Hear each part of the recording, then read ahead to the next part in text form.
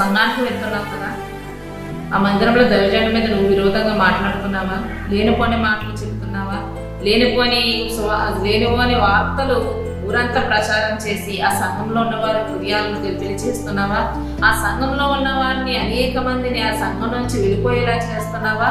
మరి దేవుడు ఈరోజు నీతోనే మాట్లాడుతున్నాడేమో. ఒకవేళ నువ్వు కూడా దైవజనుడికి విరోధంగా మాట్లాడుతున్నావేమో, ఆ సంఘానికి వ్యతిరేకంగా మాట్లాడుతున్నావేమో, లేనిపోని వార్తకి దైవజనుడి గురించి పుట్టిస్తున్నావేమో.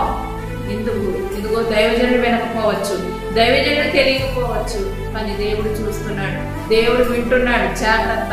ఇదిగో ఆ మిరియాము అహరోనుల మీద దేవుడి కోపం రగులుకుందంట. మిరియాముకు కుష్టు వ్యాధి వచ్చేసిందంట, తెగులు వచ్చేసింది, తెల్లని కుష్టు వలె అయిపోయింది తన శరీరం అంతా. ఇదిగో దేవుని కోపము రగులుకుంటే అటువంటి భయంకరమైన వ్యాధులు నీ మీద కూడా వస్తాయి.